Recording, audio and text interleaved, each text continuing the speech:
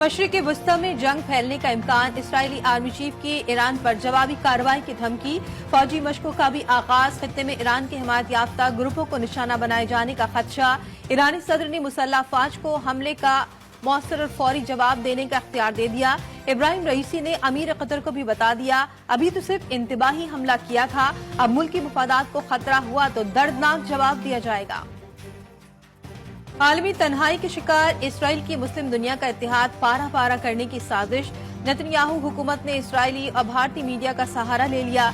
ईरानी हमले रोकने के लिए सऊदी अरब, यूएई और दीगर अरब ममालिक पर मदद फराहम करने का इल्जाम, सऊदी अरब ने रिपोर्ट्स मुस्तरद कर दी।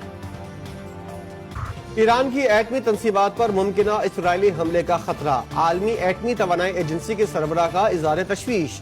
डायरेक्टर एटमी तवानाई एजेंसी राफेल ग्रासी का कहना है, जब तक सूरत हाल नॉर्मल नहीं होती मुआयना कार दूर रहेंगे।